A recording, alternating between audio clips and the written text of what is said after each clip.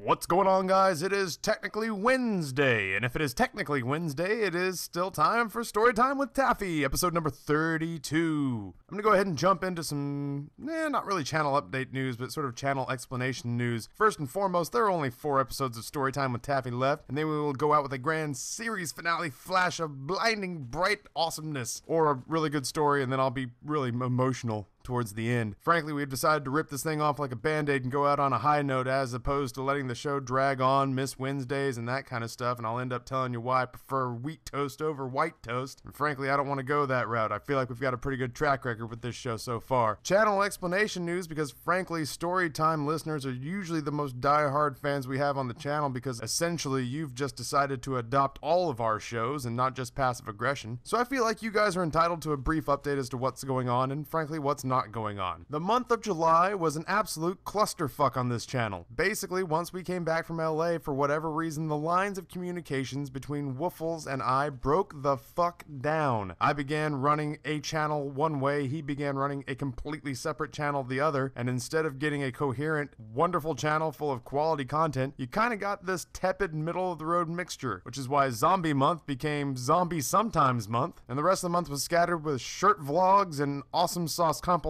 videos. So Rob and I basically hit pause. We hit pause on everything. We got together in Skype and said, what in the bleeding hell are we doing? Because frankly, my time is limited. I'm about 3 weeks away from not really being involved with the channel anymore. I will be behind the scenes. I'll still be sending emails, signing music, booking guests, doing all the things that I normally do, and making as many appearances within content as I can. But from what I'm told, the first semester of the graduate program I'm going into is going to hold me for about 60 to 90 hours a week of academic work. So Rob's not on his own, but he'll be much more on his own than he is now. And we decided that we needed to stop everything. Stop PA, stop Zombie Month, stop all the things that we were doing, and sit the hell down on Skype and figure out where this train wreck went wrong. We've regrouped. I feel like we're on the same page. We got a handful of Zombie Month things that flat out just didn't make it on the channel in July, so by God, they will continue to just be part of normal programming until we've got them all out to you. Passive aggression is on a halt. There are no guests. There is no music. That is not that we don't want to do it anymore. We will continue to do PA because it is a fantastic forum for us to sort of bring together the worlds of music and gamers and just blend all that shit in one awesome melting pot. But frankly, it's been almost exactly a year of us doing passive aggressions, and after a year of feeling like we didn't have our homework done from week to week, we're burnt the hell out. And this is the point in time of the year where people get really tired of seeing COD content anyway. That doesn't change the fact we got a whole shitload of people lined up who still want to play with us, including but not limited to T. Martin, Gold Glove, That Cool Black Guy, and many, many more. But we just need a break. We have no idea how long the break's gonna last. We have no idea when we get back. We may surprise you and throw one up on the channel just because we can. But our days of posting on Respawn, for now, are at a complete standstill. It's not that we don't love them. It's not that we don't feel like we owe them anything. It's just that we don't want to be putting half-assery up. And until we can find our mojo again, we're just gonna kind of chill. And we're gonna work on our own backyard. And we're gonna get our own channel in shape before my time here comes to a virtual end. Sorry for the gargantuan channel update. Like I said, you guys are usually the hardcore fans, so I wanted to keep you in the loop because there's going to be a lot of people that we're just not going to bother explaining it to you. So let's move on from that and go to story time. The next 4 story times are going to be mostly me cleaning out the closet of the best of the rest. I have plans for 3 out of the next 4 story times, so I still want you to give me suggestions and tell me what you want to see, what you want to hear, because I still have 1 slot that I'm not really sure what I'm going to put into it. But this one, you've been asking for because I promised to give it to you for a long, long time now, and that is more ghost stories, more real, true-to-life ghost stories from my past. I always preface these by saying I don't think I believe in ghosts. I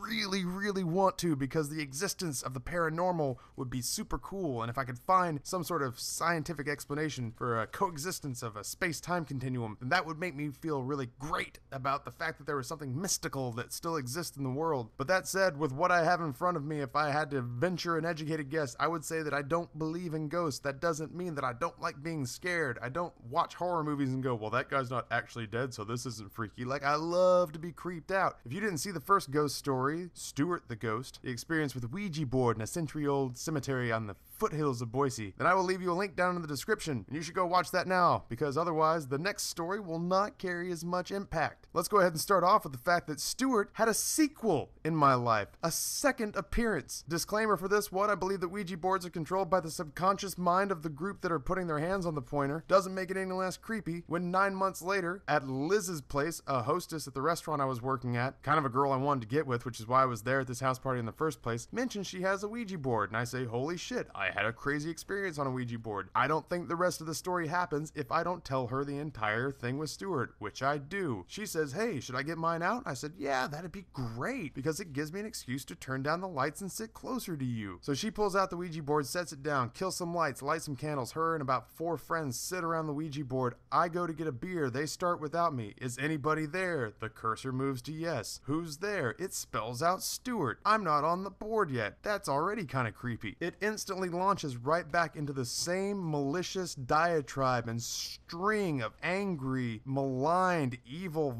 violent, nasty words and accusatory phrases that it did before 9 months earlier in a cemetery north of Boise. And it was weird. Like, I won't lie, it was weird because it had the same tone of voice, if you will. Like, obviously nobody's speaking, but it had kind of the same cadence, and the cursor moved at kind of the same frenetic pace. And Liz fancied herself sort of a Ouija board spirit expert. And in her expert opinion, if she dismissed the ghost, if she said goodbye, then that forced it away, and it had to vacate its spot in front of the speakerphone from beyond so that another ghost could have its turn and say, please tell my son the will is buried in the backyard in a coffee can. And so she basically forced Stuart, quote unquote, to leave and forced him to say goodbye and reset the whole thing and said, oh my god, that's terrifying, that's creepy. And so she invited a new spirit in and said, is anybody there? Is anybody listening? And the cursor moves to yes, and she says, who is it? And it spells Stuart again, and instantly the cursor starts flying around the board, telling everybody in the room that it wants Ryan to put his hand on the cursor and evil, death, die, kill. And this process repeats itself about 6 times until finally Liz just takes the whole board, packs it up, puts it upstairs, and essentially kicks everybody the hell out because she's too creeped out to continue to party like nothing kind of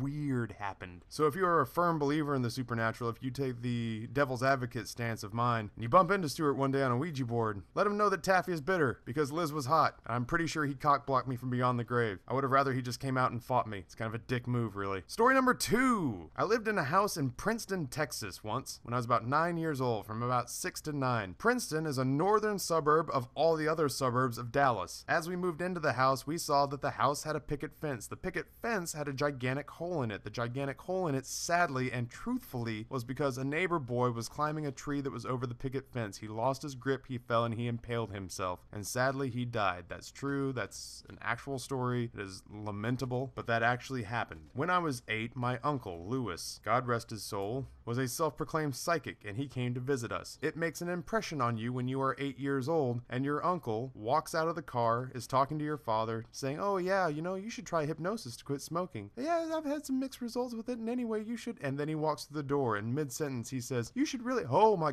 god, your house is haunted. He was convinced, without being told the story of the child on the picket fence, that our house was haunted by the spirit of a small boy. And he continued to tell us this without even setting down his bag, still holding his stuff that was going to go into his room, that our house was haunted by the spirit of a young boy, a confused young boy who didn't understand why he was dead, and that he knew he didn't belong there, but he didn't know where else to go. We had all sorts of really strange shit happen in that house, and it didn't help that he was sitting there basically trying to tell us exactly who was doing it. We had windows that had rocks thrown through them in our garage. The weird thing is that the windows were broken from the inside out. We had paintings that kind of bounced off the walls. We had shutters that opened themselves. My mother had a phone that only dialed with pulse, which if you're too young to know what that is, it means that you hit the button and instead of beep, boop, boop, boop, boop, it actually, you could hear the line disconnect a certain number of times. So if I hit 3, it was that's what you would hear instead of hearing the beep, beep, beep, beep, beep. My mom, and I heard this was like, to me, you're a little kid, things happen, you don't ask why because everything's weird and crazy to you. Like, why does my dad have hair that grows out of the center of his fucking face? That's so weird to me. So for me, it wasn't strange that this phone at night would dial itself. But when it would dial tone, the beeping noises instead of the pulses. It would dial while it was hung up and it would make all these noises, but it physically didn't have the capability to make those noises, which was weird. weird. Even weirder was, in Christmas of 1988, we had an answering machine with a cassette tape in it, not like a digital thing. This is way back in the day, back when dinosaurs roamed the earth and Taffy was a child. This cassette was inside the answering machine, and the machine itself wouldn't allow the messages to go on for more than 30 seconds. So one day after grocery shopping, we came home to the area where there was the messed up phone and the answering machine, and my mom hit play on the answering machine. It says, "You have 2 new messages," and one was like my aunt asking if we were coming over after church to have lunch with her, and then the second one starts and it doesn't say anything about the time or the callback number or anything like that. It just goes directly into a 2.5-minute rendition, which was 5 times the length that a message was supposed to be allowed on that machine, of a little boy singing Rudolph the Red-Nosed Reindeer, and the machine lets him sing the entire song and then cuts off right after he finishes. That place was always creepy. There's no 2 ways around it. Like, that place was weird. Another small story comes from a rental property in Jerome, Idaho. Simon, as you very well may know from all the other stories, is a childhood friend of mine, goes back to when we were single digits, met when we were both 9 years old. At this point, we were probably 12. He and I went downstairs into the basement of a very creepy house that we lived in, and we went into the storage space of my parents' home to find like toys that I hadn't played with in years because I'd forgotten that they were there. So we're digging through all these old toy boxes, and we're like, holy crap, look at this, look at that, look at this. And he and I looked through the doorway of this storage space into a downstairs living room, a basement living room, so there's almost no light, and we see what looks like a black